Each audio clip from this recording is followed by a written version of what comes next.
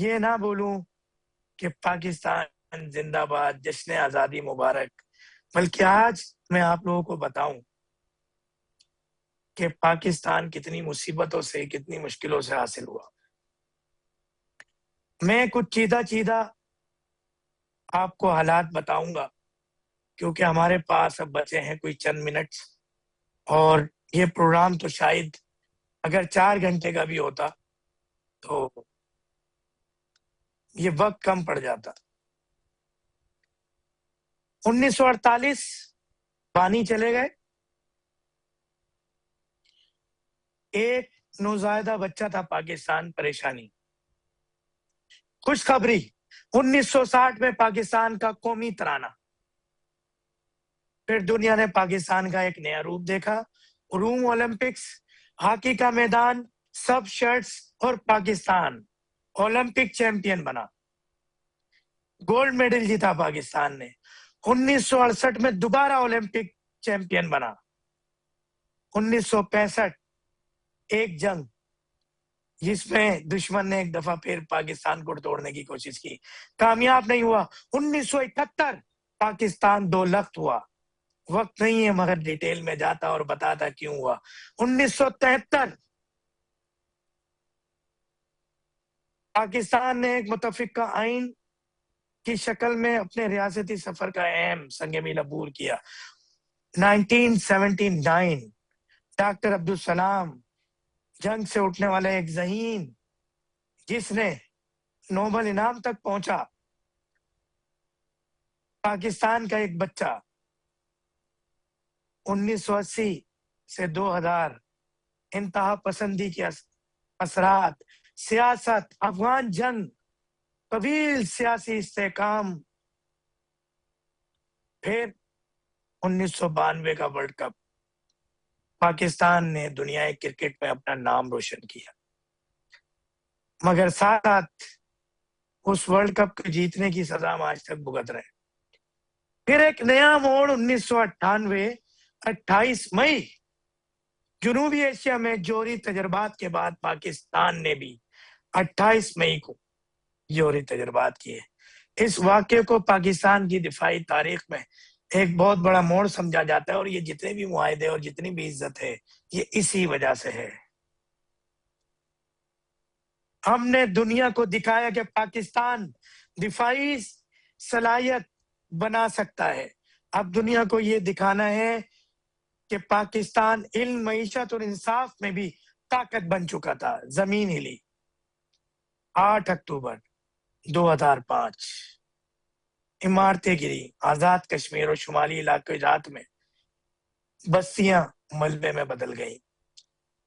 ایک خطرناک قسم کا زلزلے نے پاکستان کو لپوٹ میں لے لیا۔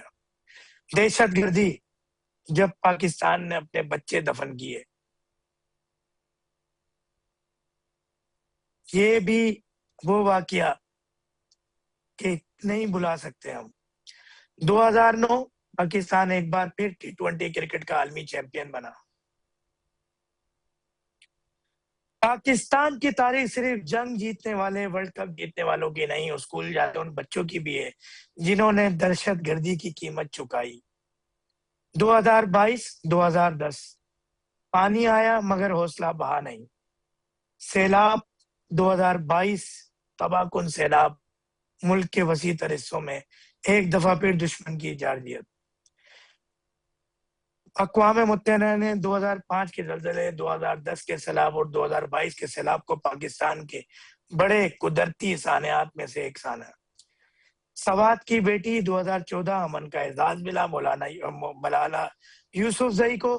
2017 ایک اور رات، ایک اور سبز پرچم، ICC چیمپئن ٹرافی، روایتی حریف بھارت، اس کی تو خوشی الگ ہے۔ اور پاکستان نے 180 رن سے کہ زیادہ فرق سے فائنل جیت لیا اور آپ چیمپئن ٹرافی بنے، ICC ایونٹ جیتا سرفراز احمد کی کپتانی میں۔ اور آج پھر 2026 یہ پاکستان ہمارے سامنے ہے، ایک ایسا پاکستان جس نے تقسیم کی ہجرت دیکھی، قائد اعظم کو جلد کھو دیا، جنگیں دیکھی،